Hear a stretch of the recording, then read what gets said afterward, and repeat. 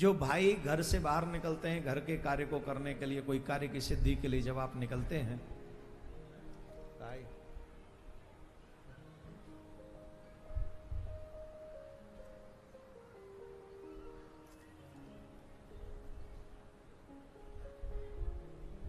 तो जब घर से बाहर हम लोग निकलते हैं, अगर आप कुछ मांगलिक वस्तुओं का स्पर्श करते हुए घर से निकलें तो आपके कार्य में सिद्धि होगी। आप जैसे घर का कोई काम करने जा रहे हैं, बाहर जा रहे हैं घर से, तो कुछ मांगलिक वस्तु हैं उनका स्पर्श आप करें। मांगलिक वस्तु जैसे दुर्वा का स्पर्श आप करें घर से निकलते समय। दही का स्पर्श आप करें, जैसे हमारे घरों में तो माता बहन वो मीठी दही खिलाते ना, शक्कर डाल के जाने से पहले।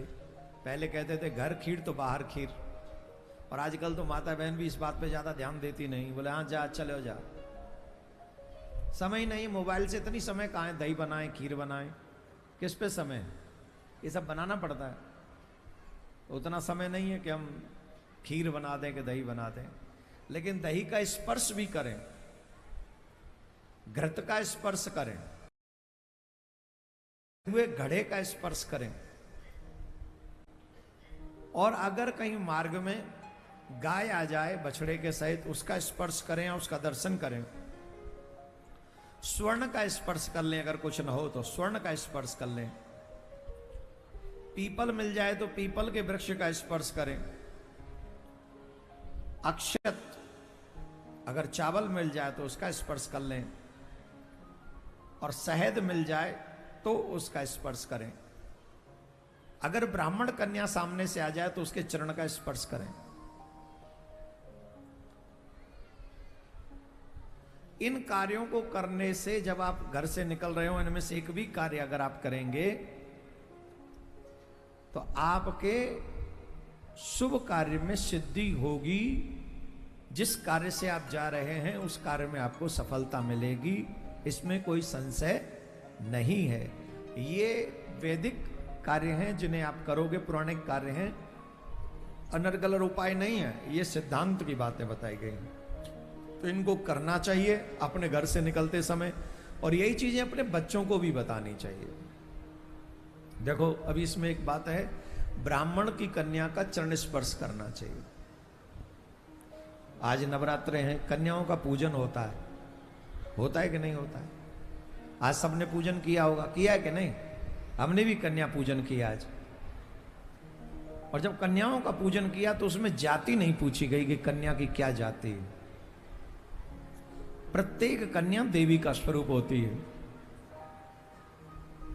और उसका पूजन करना चाहिए।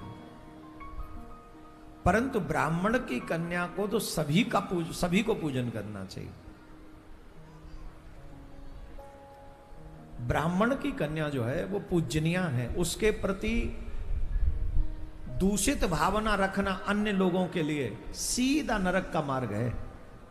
वैसे तो किसी भी कन्या के लिए दूषित भावना नहीं रखनी चाहिए। शादी हो जाए, अगर तुम्हें किसी से प्रेम है तो शादी कर लो, क्यों दूषित भावना रखनी? अब विवाह करो ना सीधा। किसी भी कन्या के प्रति दूषित भावना रखना ये अनुचित है। पर ब्राह्मण कन्या हो तो, और हम अन्य वर्ग में हो तो फिर सीधे सीधे नरक का रास्ता है। आदरणीय है वो कन्या जिसने ब्राह्मण कुल में जन्म लिया है, और जो ब्राह्मण कुल में जन्मी हुई कन्याएं हैं उन्हें भी इन बातों का ध्यान रखना चाहिए। आजकल ये जो इंग्लिश मीडियम स्कूल है ना, इन्होंने सब नाश पीट दिया है। इसमें कोई चीजें वो बची नहीं है जो हमारे उद्धार के लिए हैं, हमारे मार्ग के लिए हैं, सब नाश पीट के रख दिया सबने।